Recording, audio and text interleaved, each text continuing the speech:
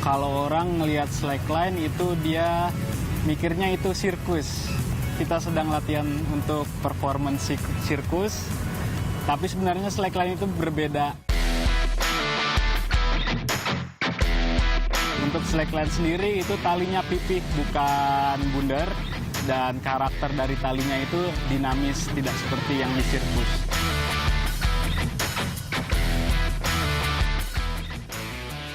Kalau dari sejarahnya, slackline itu berkembang atau mulai ditemuin itu sekitar tahun 70-an di tempat yang namanya Lembah Yosemite di California, Amerika. Itu orang yang pertama kali mencoba berjalan di atas webbing itu pemanjat, terus berkembang, akhirnya sekarang tidak hanya pemanjat aja yang bisa slackline, orang-orang lain pun yang dari background berbeda juga bermain slackline. Kalau saya pertama kali menginjakan kaki di atas slackline itu pertengahan 2012. Terus saya mulai bermain di 2 inch selama hampir setahun, sekitar setahun yang lalu beralih ke 1 inch. Slackline sendiri itu kelihatannya lebih simpel, tapi setelah kita mencobanya ternyata itu nggak sesimpel yang kita lihat. Nah, itu yang membuat saya tertarik dengan slackline sendiri. Jadi ada beberapa cabang di slackline sendiri. Jadi slackline itu payung besarnya. Di bawahnya itu ada trick lining dan ada yang namanya long lining, ada yang namanya high lining, ada yang namanya yoga slackline.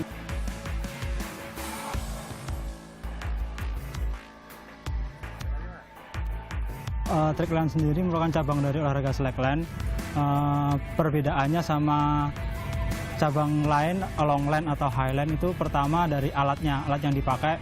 Kalau trickline, tali lebih dinamis, kemudian lebar dari tali sendiri juga beda. Kalau di trickline itu 2,5 mm, kan beda kalau longline itu 1 mm. Itu sih. Terus juga bedanya cara mainnya juga berbeda. Kalau longline, highline lebih cenderung jalan untuk melintasi tali, tetapi kalau trickline lebih ke freestyle atau kita gerak bebas gitu, lompat-lompat di atas tali. Yang buat saya tertarik ke trickline itu lebih olahraganya itu bebas. Jadi kita freestyle, tapi freestylenya itu lebih menantang karena dilakukan di atas tali.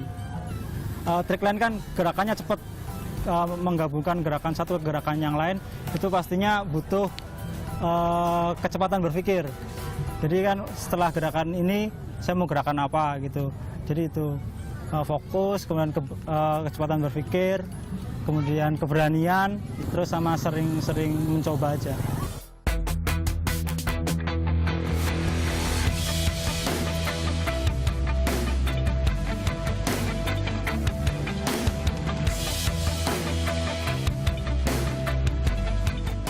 Saya lihat ada link atau hubungan antara yoga dan slackline. Sebenarnya slackline juga butuh konsentrasi yang tinggi dan bisa menenangkan seseorang.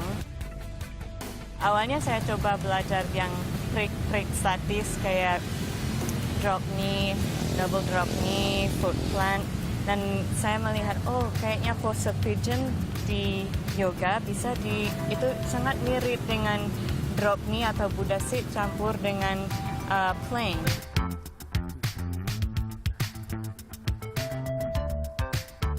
Ini sangat-sangat refreshing dan kalau bahasa Inggrisnya re-energizing.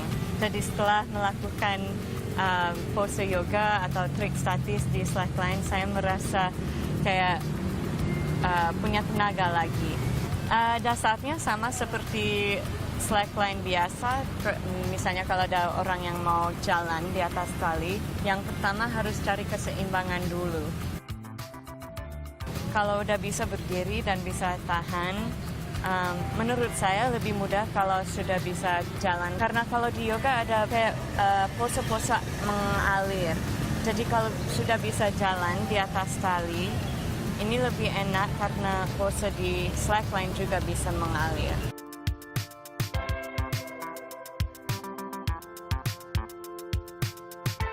slackline itu